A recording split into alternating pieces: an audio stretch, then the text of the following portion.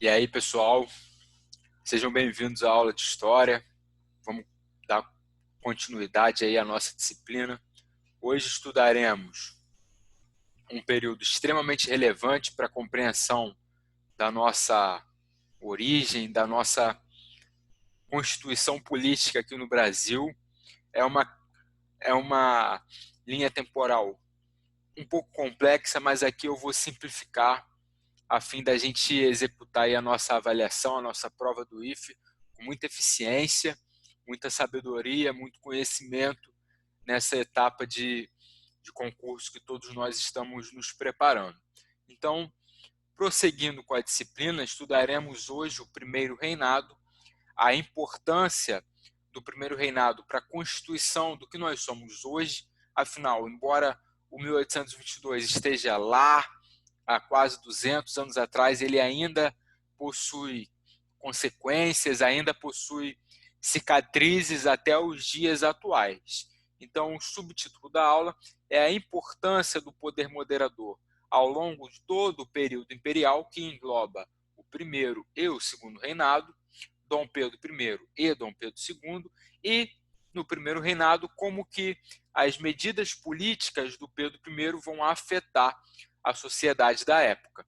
Os conceitos abordados na primeira etapa da nossa aula, que é sobre o primeiro reinado, serão o poder moderador e a insatisfação nos extremos territoriais. Essas duas questões podem e talvez apareçam na prova de vocês. O poder moderador, pessoal, é uma instituição criada na Constituição de 1824. Sempre que eu vou falar instituição, eu estou me referindo a um órgão público, a um poder político que exerce uma grande influência na sociedade.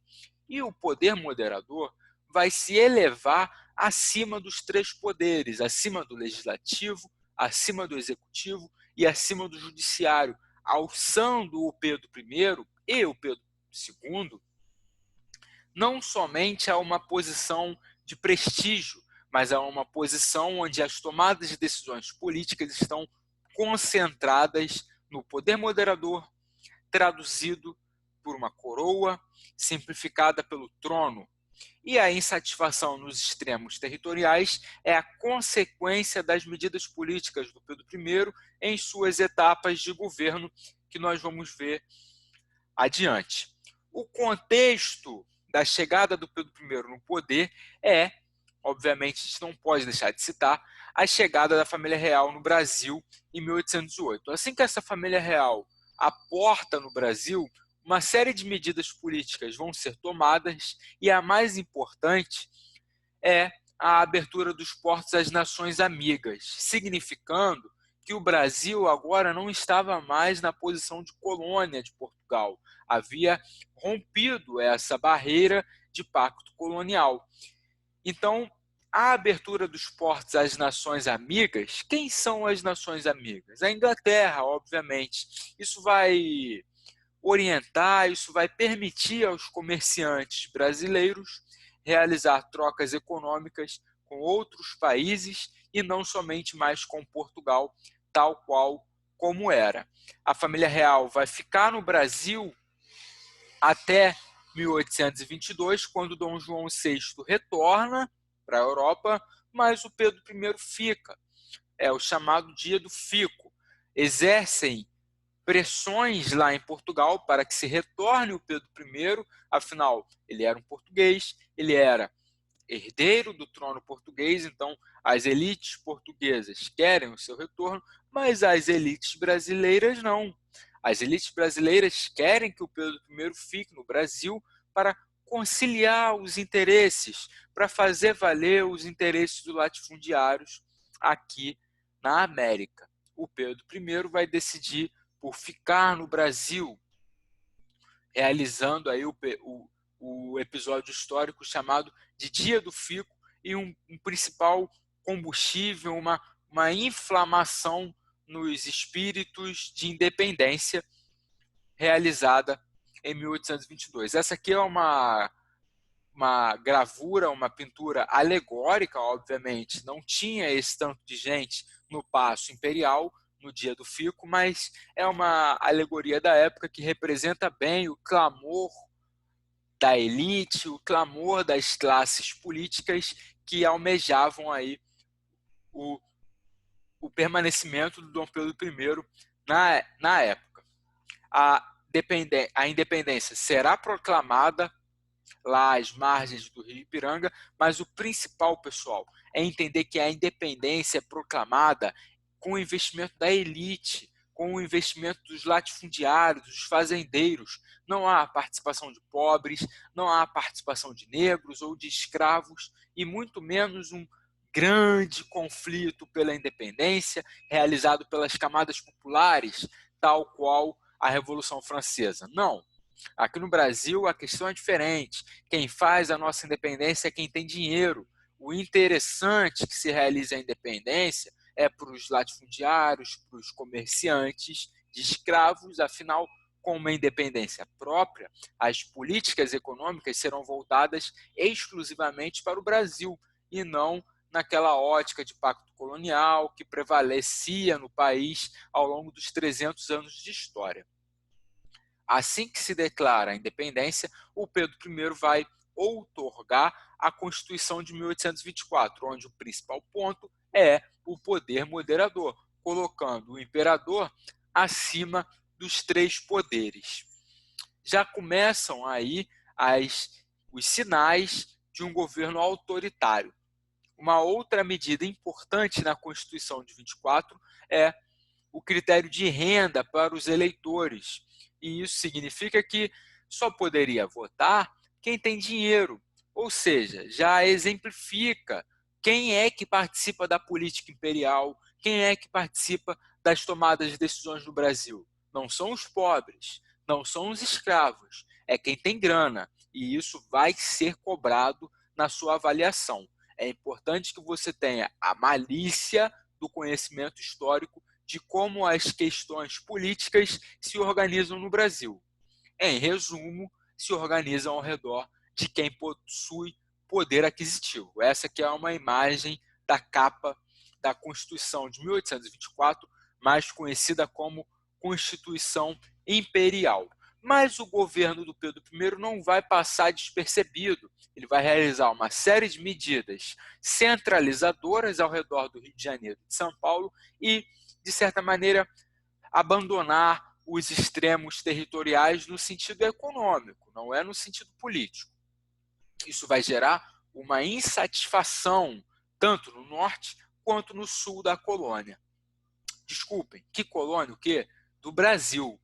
E além das insatisfações nos extremos territoriais, há um autoritarismo muito forte do Pedro I, um autoritarismo político, um autoritarismo cultural, ocorre o assassinato de jornalistas, o Pedro I não valoriza uma liberdade de imprensa que faça com que seu governo ocorra através do diálogo. Pelo contrário, através do poder moderador, ele realiza assassinatos e ele silencia diversos diálogos que poderiam ter sido realizados ao redor do Rio de Janeiro.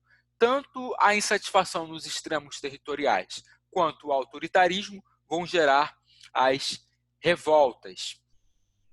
Essas revoltas são duas, a Confederação do Equador e a Guerra da Cisplatina. A Confederação do Equador foi no norte do Brasil, uma região pobre, mas com a presença de latifundiários. Não é interessante, não vai cair na prova, a trama da Confederação do Equador, qual é a parcela da população e etc. O importante é saber que o Pedro I atingiu em cheio, com muita força, com muita repressão, esse movimento. Ele foi liquidado, o movimento foi aplacado pelas tropas imperiais, mas ocorreu muitas mortes e ocorreu também o assassinato do líder Frei Caneca. Isso torna o Pedro I impopular, porque é o próprio imperador atirando contra o seu povo na região norte. No sul vai ocorrer a Guerra da Cisplatina. Esse Dom Pedro I perde. Dom Pedro I não ganha, como ocorre lá na Confederação do Equador, as tropas serão derrotadas e da província da Cisplatina vai surgir o Uruguai. Mas dessa derrota, o Pedro I já fica extremamente impopular. Nessa impopularidade, ele vai retornar para Portugal, deixando o trono do Brasil vago. Não é somente pela derrota na Guerra da Cisplatina que o Pedro I decide retornar. Não é somente por isso, mas também porque Portugal estava com o trono em risco, em ameaça, pelo irmão do Pedro I, o Dom Miguel. Então, ele decide retornar lá para a Europa a fim de manter sua influência, sua posição sobre o trono português, deixando aqui no Brasil o trono vago. E é aí que nós estudamos o segundo reinado, o reinado do Pedro II, filho do Pedro I. Esse período histórico é marcado por diversos conceitos. É muito complexo, é um período que atinge a nossa história até os dias atuais, principalmente pelas cicatrizes da escravidão. Mas o mais importante é entender como o parlamentarismo às avessas concilia os interesses das elites. Quais elites? Elites latifundiárias e comerciantes de escravos. E como que os amálgamas da escravidão atuam até os dias atuais da nossa história. A amálgama, pessoal, é uma ferida que não cicatriza, é uma ferida que fica sempre aberta, ela fica sempre sangrando, o sangue coagula, mas ela está ali, ela está aberta, ela não se cura. E a escravidão, obviamente, é uma amálgama, já que o racismo, as questões raciais estão em pauta até os dias atuais e, principalmente, é cobrado em prova. Não seja negacionista. Não negue as influências da escravidão na nossa história. Caso contrário, você vai reprovar, você não vai passar. A banca do IFE é maliciosa. Ela quer que você analise os fatos tais quais eles existem, tais quais eles se apresentam.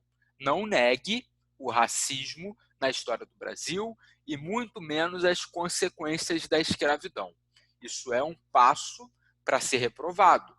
Se você negar esses aspectos, você pode ser reprovado. Não negue, pelo amor de Deus.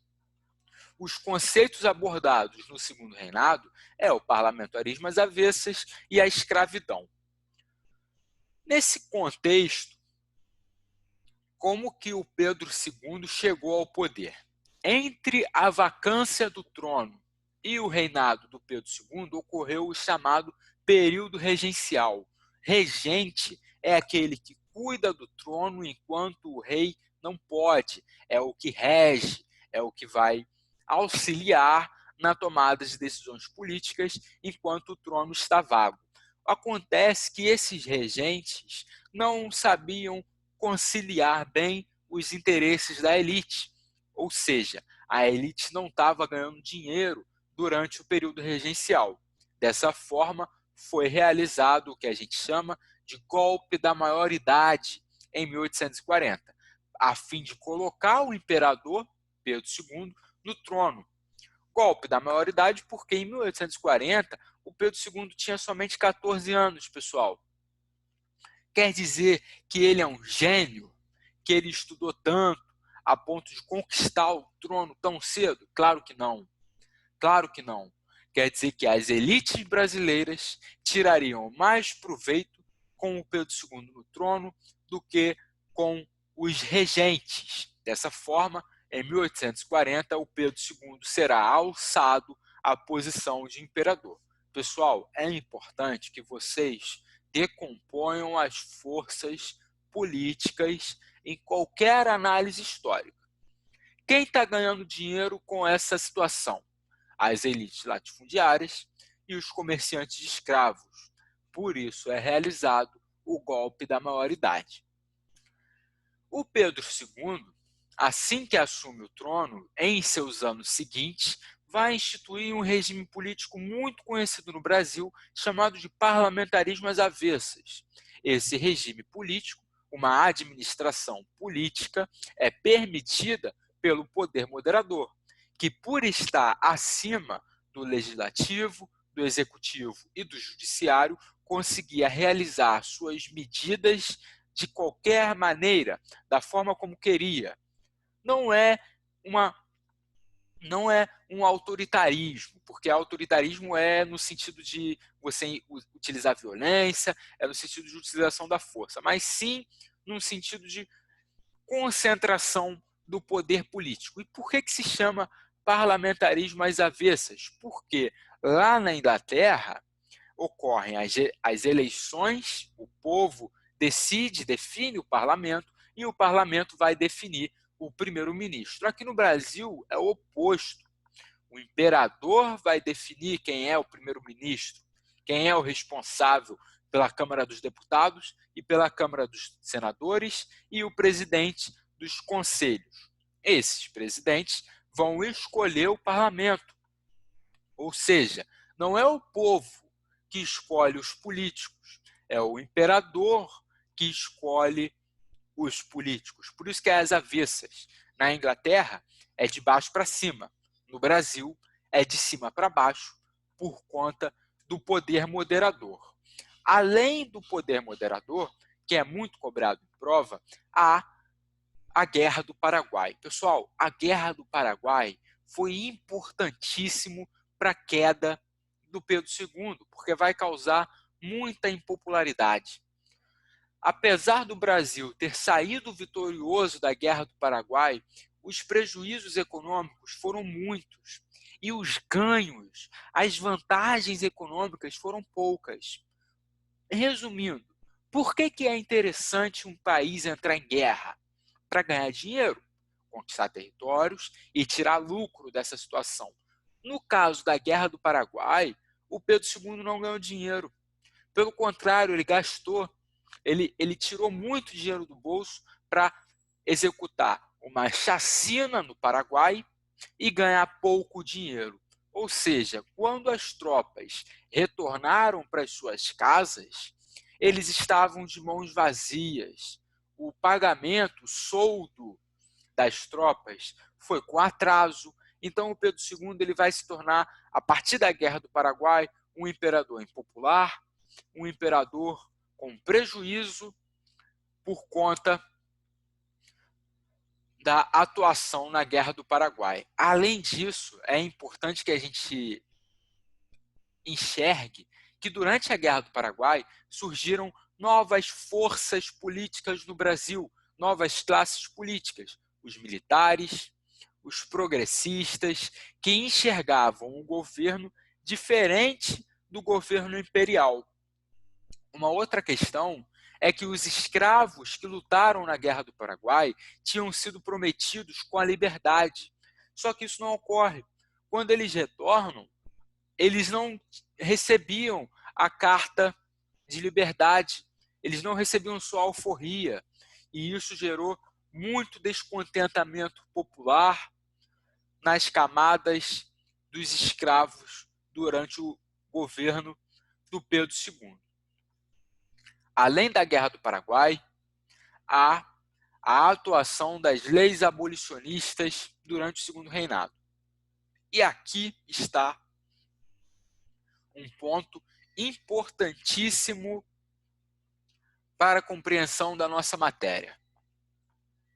Esse ponto é relevante no sentido de que a escravidão gera uma ferida tão profunda na nossa história que as leis abolicionistas, as leis que vão extinguir a escravidão, são, de certa forma, uma propulsora, são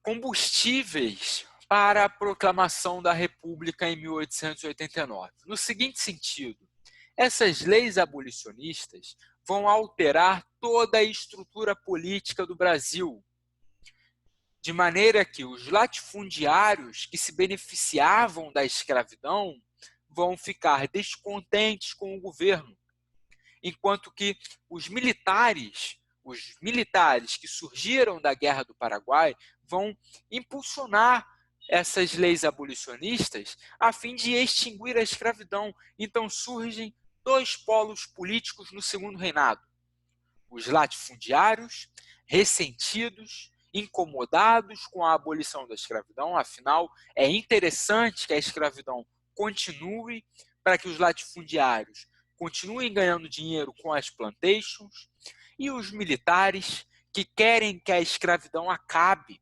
Eles querem que a instituição da escravidão seja extinta, já que, com a extinção da escravidão, vão ocorrer uma grande entrada de população livre, de mão de obra assalariada, de trabalhadores, de população civil eleitoral, e que pode se alistar e que pode compor uma sociedade civil diferente da sociedade civil imperial, que é majoritariamente composta por escravos. Então, essas duas forças, os latifundiários ressentidos e os militares progressistas, nesse processo de independência, de proclamação, de proclamação da República, elas vão, de certa forma, se aliar.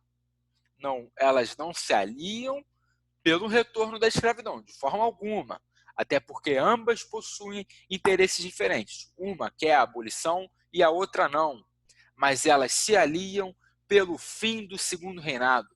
Não é interessante para essas forças que o Pedro II continue no trono. Na prova de vocês, essas leis abolicionistas vão ser cobradas dessa forma. Como que essas leis auxiliam na queda do Pedro II, com a deposição do imperador pelos latifundiários e pelos militares. É interessante que saibam cada uma delas. Então, a lei do ventre livre vai libertar os filhos das escravas, a lei dos sexagenários vai libertar os escravos a partir dos 65 anos, mas o ponto principal é perceber que essas leis não foram realizadas porque queriam ajudar os escravos, queriam ajudar a população negra. Não, de jeito nenhum. Malícia na história. Essas leis foram executadas a fim de acalentar, a fim de conciliar a política internacional, já que a Inglaterra fazia muita pressão para a extinção do escravo no Brasil. Essas leis abolicionistas vão ser assinadas a fim de conciliar interesses de comerciantes, interesses de quem tem dinheiro aqui no Brasil e não se beneficia tanto com o comércio de escravos, enquanto que alguns comerciantes ingleses ainda vão fazer mais pressão para que essas leis sejam assinadas. Em resumo, as leis abolicionistas não são pensadas nos escravos, elas são pensadas economicamente. E em 1808, com a assinatura da Lei Áurea, com a abolição efetiva da escravidão, o segundo reinado perde seu sustento. Não há mais um aparato institucional, uma política de governo que vá solidificar o segundo reinado. Essa política era a escravidão. A escravidão era um importante fator que detinha o Pedro II no trono. Assim que ela é abolida, os ressentidos, os fazendeiros e os militares vão se organizar para proclamar a República em 1889, tanto que o primeiro presidente do Brasil é um presidente militar, o Deodoro da Fonseca, tema da nossa próxima aula, mas finalizando, a deposição do Pedro II em 1889 possui como principal motivo o prejuízo causado pela Guerra do Paraguai, o prejuízo causado pela abolição da escravidão, em aliança, em apoio com o surgimento das novas forças políticas, os militares da Guerra do Paraguai. Então, não confundam. Os latifundiários ressentidos pela escravidão constituem uma força. Os militares constituem outras. Os militares não eram a favor da escravidão, eles eram contra, mas eles eram a favor da proclamação da República. Os latifundiários eram a favor da escravidão. Eles queriam os escravos em suas fazendas, mas com a abolição, eles se tornaram a favor da proclamação da República, assim como os militares. Então, são duas forças completamente opostas, mas que se unem, se unificam diante da necessidade de proclamar a República. E essas forças, os militares, tanto os militares quanto os latifundiários, vão alterar seus conceitos, alterar suas particularidades, dando diversas origens às suas leis, aos seus costumes, e que será tema da nossa próxima aula, República Oligárquica e Estado Novo.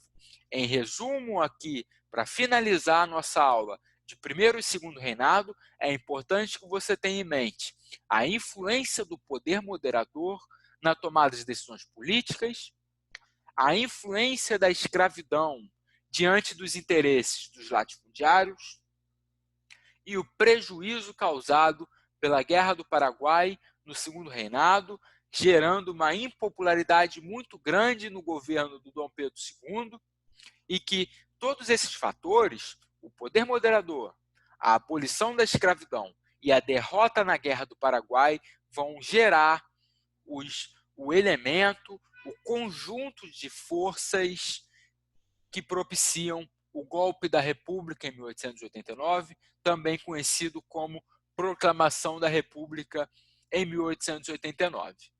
Não deixem de fazer os exercícios, nos vemos amanhã e até mais. Um abraço.